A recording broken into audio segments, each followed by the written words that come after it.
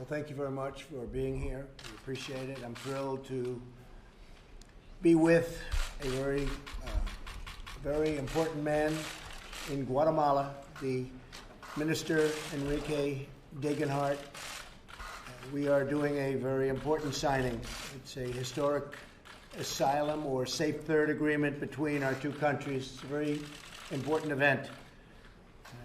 We've long been working with Guatemala, and now we can do it the right way. It's going to be terrific for them and terrific for the United States. This landmark agreement will put the coyotes and the smugglers out of business.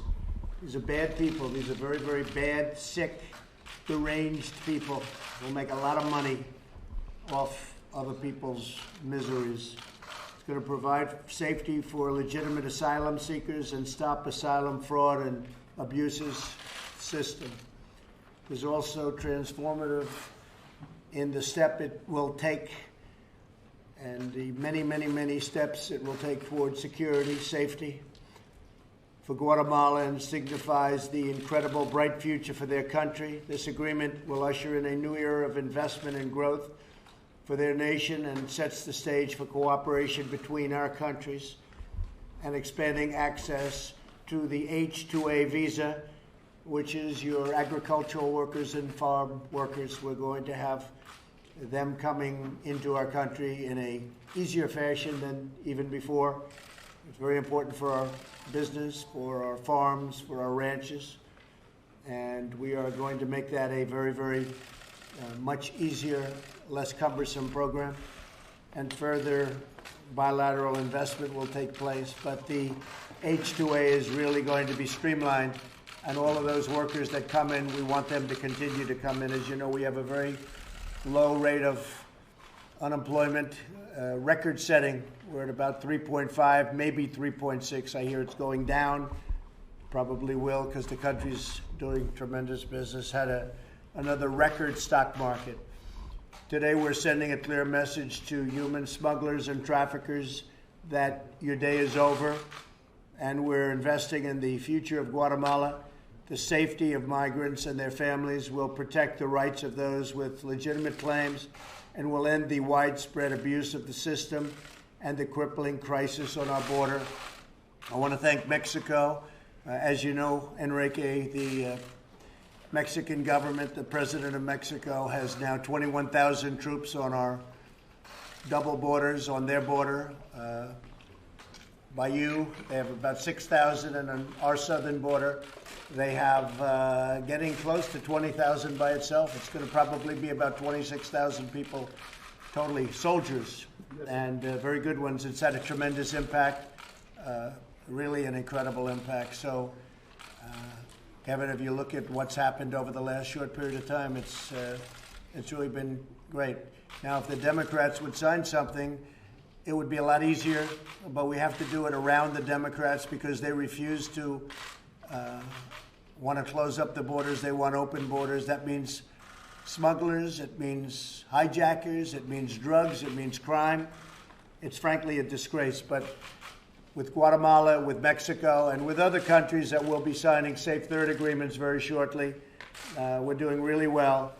I want to thank, if I might, Enrique, the president of Guatemala, President Morales. Please give him my regards, and thank you very much. He's a terrific guy. We like him very much, and we've worked together really, really well. So if you two gentlemen would sit down, Kevin and Enrique, and you'll sign. I'll stand right behind you.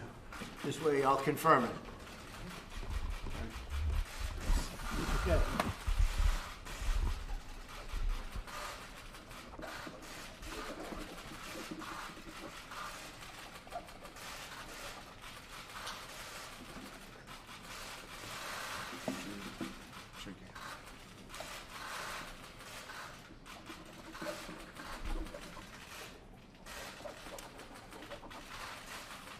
So that's a very big thing. It's a very important signature. Never been done before. Thank you very much, Enrique. Thank you. Mr. President. Thank you very much. Thank you very much, sir. Thank you. Appreciate it. At your service, sir. Same, sir. President. I will, sir. Thank you very much. Okay. Thank you all very much. Appreciate it. What was the breakthrough that led to that led to this? Look, we've been dealing for many years, I would say, with Guatemala and with other countries, and we are now at a point where we just get along, and they're doing what we've asked them to do, and I think it's going to be a great thing for Guatemala. They don't want these problems either. So we were able to get this done, and we got it done fairly quickly. But this is after many, many years. Mexico also is working along with us very nicely. I mean, tremendously, actually. You'll see a chart where the numbers are really through the floor, I should say, because they're going down. Right. Kevin, maybe you want to speak to the numbers, how well we're doing in terms of apprehensions? Absolutely, Mr. President. Since the agreement was signed with Mexico that you energized and drove, we've had 28% reduction in June, and we're headed toward another 22% reduction in July in crossing. So 43% overall, thanks to the effort on the government of Mexico side and the implementation of our migrant protection protocols border-wide. And the fact that they do have really a big slowdown coming in from Guatemala at the border, because we have, again, 6,000 Mexican troops at the border of Guatemala, so that helps. But this will really help. This is something that's going to be rather incredible. So the numbers are going down. We could really do this in a much easier fashion if we had cooperation from the Democrats. We have absolutely no cooperation. Nobody can understand it. Most of these people 5 years ago, they all wanted a wall, and we're building a lot of wall right now, a lot of it. We've ripped down old wall, and we've ripped down wall that didn't even exist. It had bad footings, bad foundations. There used to be a wall there wasn't. It was gobbled up by the people that crossed. And we're building beautiful new wall, a lot of it. And it's getting built rapidly. So a lot of things are happening, but this is a very big day. John? Mr. President, the big focus of the Democrats today was to say that they are going to continue and expand their investigations. They're looking for the grand jury testimony behind the Mueller report. They want to try to enforce the subpoena against Don McGahn. What do you say? I think it's a disgrace what the Democrats are doing. It's so sad to see how they're impeding all of the good things that we're doing. Like, as an example, today it's the border. And we're strengthening up our border with a great country. And we have other great countries that are going to be signing on also. And we're doing this all because the Democrats won't give us what we need. So simple. Get rid of the loopholes, work on asylum. It would take a very short period of time. They won't do it. All they want to do is impede. They want to investigate. They want to go fishing. And I watch Bob Mueller, and they have nothing. There's no collusion. There's no obstruction. They have nothing. It's a disgrace. We want to find out what happened with the last Democrat president. Let's look into Obama the way they've looked at me from day one. They've looked into everything that we've done. They could look into the book deal that President Obama made. Let's subpoena all of his records. Let's subpoena all of the records having to do with Hillary Clinton and all of the nonsense that went on with Clinton and her foundation and everything else. We could do that all day long. Frankly, the Republicans were gentlemen and women. When we had the majority in the House, they didn't do subpoenas all day long. They didn't do what these people have done. What they're doing is a disgrace, so destructive to our country. And I think that's why we're going to take back the House. That's why we're easily going to hold the presidency, and we're going to continue to hold the Senate. And, you know, people don't say, but we picked up 2 seats in the Senate. We went from 51 to 53 in the 18 election. Nobody says it. They talk about the House. And I didn't get to campaign very much for the House. I couldn't because we were campaigning for the Senate. We almost picked up 5 seats. You know that very well. So it's a disgrace that they're doing it. They're doing it for political reasons. And many of them are admitting that. It's politics. And frankly, it's a very sad thing for our country. Yes? What's your thinking now about sanctions on Turkey? We had that meeting with the Republican senators the other night. Well, we're looking at the whole Turkey situation. You know, they've ordered 125 F-35 fighter jets, billions and billions of dollars. They paid some of it.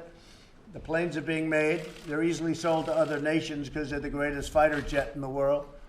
And we have a backlog of orders, but it's a tough situation. They're getting the S-400 and the our statutes and everything else says you do that. You just can't order this equipment, and generally speaking, you can't order equipment, period. I don't blame Turkey because there are a lot of circumstances and a lot of problems that occurred during the Obama administration. This dates back to the Obama administration, which was a disaster. Okay. Yes, John. Can I come back to Guatemala? So Please. Earlier this week, it looked like things were not going in the right direction. You were even threatening tariffs against Guatemala. What turned around in the last couple of days? Well, I think I'd ask maybe Kevin and Enrique to answer. Relationship's been very good. We stayed at the table. We've been working on it throughout. Enrique has demonstrated a tremendous commitment, the Minister of Government for Guatemala, helping lead the region to take responsibility for migration flows, to work together with the United States on how we can take the power away from the criminal organizations that are exploiting these vulnerable migrants. And we stayed with it and got over the line. I would say that Guatemala is definitely clear on the responsibility that it has. We are clear that we have to make changes, and the way to do it is working together with our best ally. That's what we're showing here today, and we are definitely committed to continue doing and improving what we have. But your court said that this was not possible to do. How did you get around that?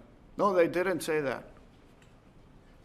Well, I thought that you looked like the courts were saying that you could not sign an asylum agreement with the United States. So what the court said, which is a provisional injunction, was basically define the process that had to be followed. We, as Secretary McAleenan mentioned a little while ago, define how to do that procedure, and we are going to implement it. Okay. Can you explain how this will work? If someone leaves Guatemala and walks Yes. through Mexico into the U.S., what happens? Yes. Are they turned around? A lot of good things happen. Go ahead, Kevin. So this is a return to the appropriate approach under international law to protecting asylum seekers at the earliest possible point in their journey. If you have a Honduran family or an El Salvadoran national, instead of having them pay a smuggler, come all the way to our border to seek asylum, when they arrive in Guatemala, they're in a country that has a fair proceeding for assessing asylum claims, and that's where they should make that claim. That returns that understanding under international law. So claim to stay in Guatemala or claim to the U.S.? They can make a protection claim if they would like in Guatemala. So if they arrive in the U.S. not having availed themselves of that opportunity, they'll be returned to Guatemala. That's a claim to stay in Guatemala. It's a claim for protection under international law for asylum. Which we've never had before, and which is something that's so good. It's good for everybody, but it's so good. Are tariffs off the table now? Sign more agreements soon, and who with? Well, we have a great agreement with Mexico, but we're going to probably do some additional work on it because we can't get anything from the Democrats. Dealing with Mexico is really what Mexico's doing for us at the border is far greater than what the Democrats have done. You know, the amazing thing about the Democrats, it was all fine. Everything was great 4 or 5 years ago before I was president. And now they think we're going to win, so they're doing everything they can. With the impeachment nonsense, we had no obstruction, you had no collusion. You know, obstruction's sort of interesting. They've interviewed 500 people. They've interviewed lawyers. They've interviewed everybody that they wanted to interview. People that I could have kept back by using presidential privilege. I could have kept back everybody. They didn't have to interview anybody. I gave them total, and then they say obstruction. These people are clowns. The Democrats are clowns. They're being laughed at all over the world. And I watched this morning, Nancy Pelosi trying to get through that with the performance that Robert Mueller put on, where I don't think he ever read the agreement or the document. And the document said no collusion. They don't even talk about that. So there was no crime. They said, well, there was no crime, but he obstructed. How do you obstruct? There's no crime. But actually it was worse than that because it was a phony crime that they put on. The crime was what they put on. But I watched Mueller. For 2.5 years we've watched this. And that's the best they have. And it's a disgrace. And the world is laughing at him. And unfortunately, it's so bad for our country. It's bad in our relationships with other countries, including Russia. There's no reason we shouldn't get along with Russia. There's no reason we shouldn't get along with other countries. And one of the things that's nice about Guatemala we've never had a better relationship. Right now, they've agreed to do something that's very good for the United States. And we're going to work with them also. It's going to be a partnership. And it's happening with Mexico, too. We never had any kind of cooperation with Mexico, ever, until this president, frankly, and my presidency, where you have maybe 21,000, could be 26,000 soldiers. And it's so good for Mexico because they're getting rid of the cartels, which everybody knows they've been running big portions of Mexico, and the coyotes and all of these terrible people. Mexico's done a great job for their people. The president has done a great job for his people. And President Morales has done a great job by doing this, because now he has a friend in the United States instead of an enemy of the United States. Well, yes, John. Mr. President, are you going to slap tariffs on French wine? I might. So France put on a tax on our companies. You know that. And wrong thing to do. They should not have done it. So I may do that. I've always liked American wines better than French wines, even though I don't drink wine. I just like the way they look. Okay? But the American wines are great. American wines are great. And they didn't do the right thing. When they start taxing our companies, we tax our companies. They don't tax our companies. So France did that. I told him, I said, don't do it, because if you do it, I'm going to tax your wine. We tariff or tax, quarter, whatever you want. So, yeah, we're working on that right now. You were critical of Macron's decision to do this. How is that relationship between you and Good. Macron? I just spoke to him.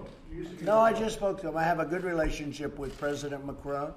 But they shouldn't have done this. They used to take advantage of the United States, but not with me as president. Look, I look at deals that were done with other presidents in this country, and it's a disgrace that our country's allowed this to happen. Where China, for years and years and years, was making from $300 billion to $507 billion a year. Okay? Now we're taking in billions of dollars from China, and it's all turning around. Whether a deal is made, they're going next week. They have more meetings, meeting after meeting. I don't think personally China would sign a deal. If I had a 2% chance of losing the election, I think China would probably say, let's wait. Let's wait. Maybe Trump will lose and we can deal with another dope or another stiff, like the people that allowed these deals to happen, this horrible thing to happen to our country. Because what's happened to our country, the money that China has taken out of the United States has rebuilt China. And I don't blame China. I blame the United States for allowing that to happen. So if I'm President Xi, or if I'm, frankly, Iran, and Iran wants to make a deal, I can tell you that right now. But if I'm Iran, I'll probably say, man, if I can hold out, I'm going to wait for Sleepy Joe Biden instead of Trump. Because Sleepy Joe, we can make any deal we want with him. He doesn't know what's happening. So what else? On the dollars, sir? Back to the tariffs on French wine. When?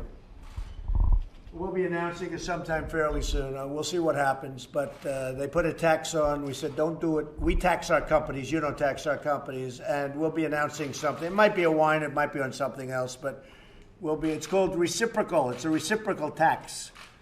And we'll be announcing that fairly soon, John. Makes sense, John. Do you agree with that? You're a man that enjoys wine. You just won't enjoy French wine anymore. Go ahead, Steve. I would agree that American wines are very, very good. They are great. I agree. They will be going. You don't sound optimistic. No, I'm never. Look. I think that China will probably say, let's wait. It's 14, 15 months till the election. Let's see if one of these people that give the United States away, let's see if one of them could possibly get elected. And I'll tell you what, when I win, like almost immediately, they're all going to sign deals, and they're going to be phenomenal deals for the country. But so I don't know that they're going to. I don't know if they're going to make a deal. Maybe they will. Maybe they won't. I don't care, because we're taking in tens of billions of dollars worth of tariffs, and the farmers are happy because I gave them $16 billion out of the tariffs and had tremendous. Much more than that left over, as you know. Tremendous amount of money left over, like by 3 times.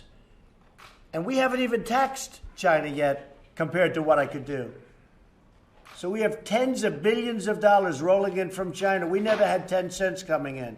And again, I don't blame President Xi. I blame our past leaders for allowing it to happen for so many years with the World Trade Organization. China was totally flatlined. And when the World Trade Organization came about and China joined the World Trade, they became a rocket ship.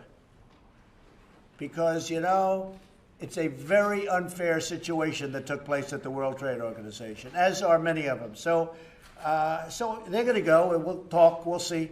I don't personally care that much because we're getting billions and billions. Remember this, the people aren't paying for it. Everyone says people pay for it. China's devalued their currency, and they're putting money in, they're pumping money into their society, into their country, like you wouldn't believe. You call it quantitative easing.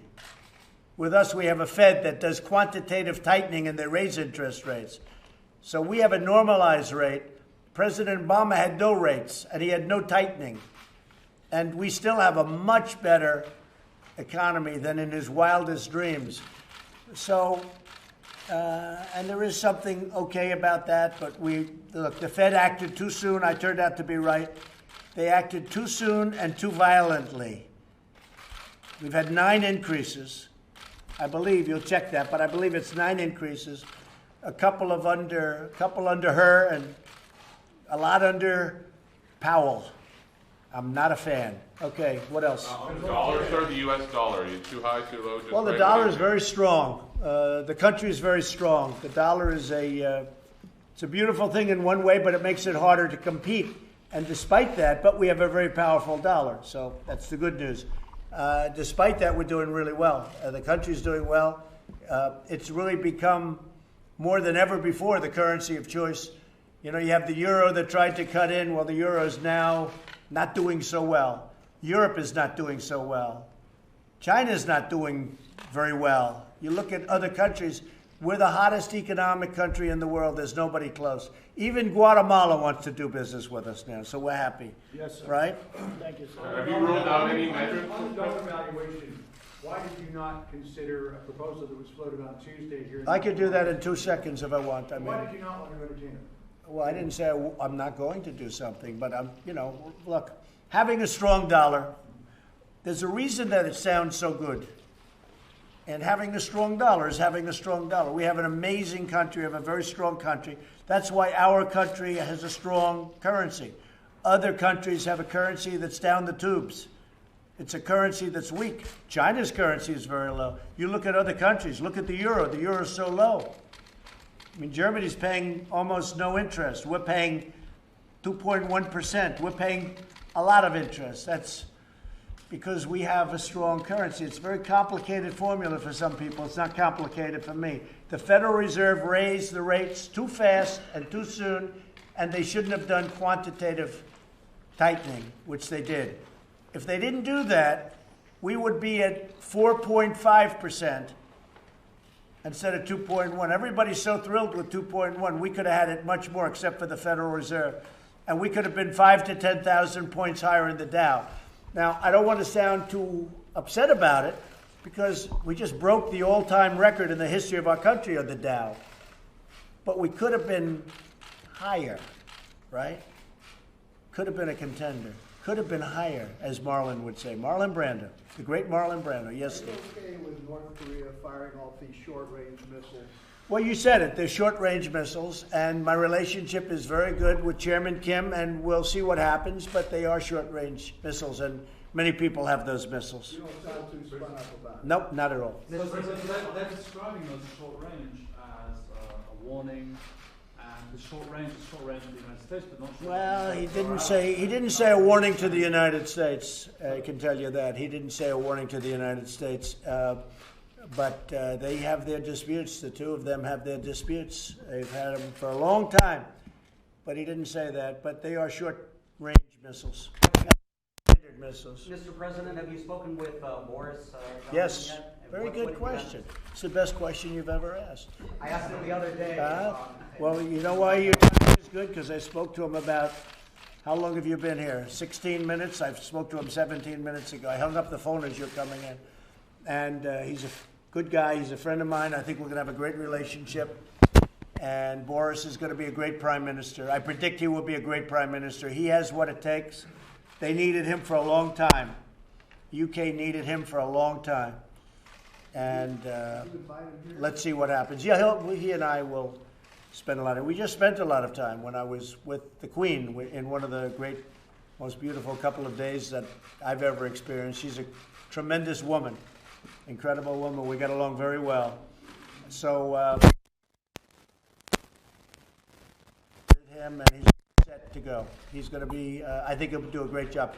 We're working already on a trade agreement, and I think it'll be a very substantial trade agreement. You know, we can do, with the UK, we can do 3 to 4 times. We were actually impeded by their relationship with the European Union. We were very much impeded on trade, and I think we can do 3 to 4, 5 times what we're doing. We don't do the kind of trade we could do with what some people say is Great Britain, and some people remember a word you don't hear too much is the word England, which is a piece of it.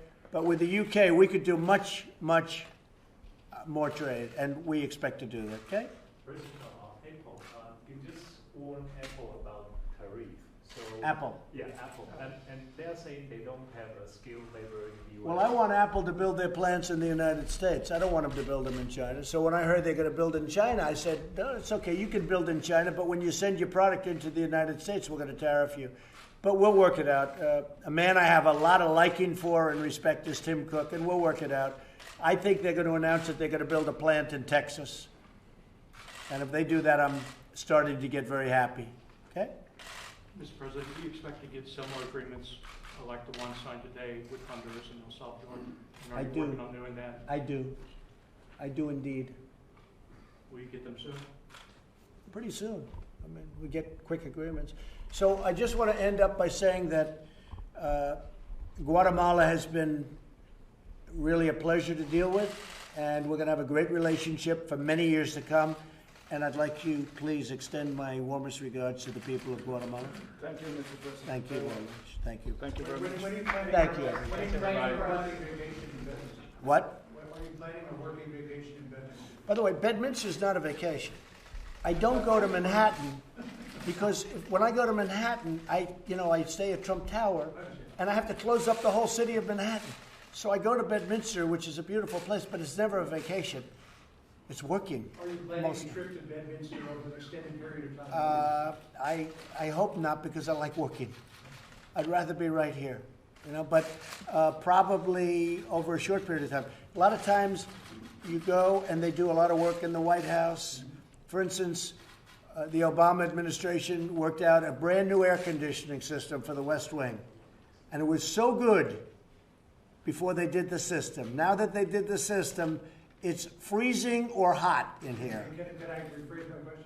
Yes. Will you be spending an extended period of time working in Bedminster during the month of August? Not extended, but for a short period of time. Meaning like less than a week.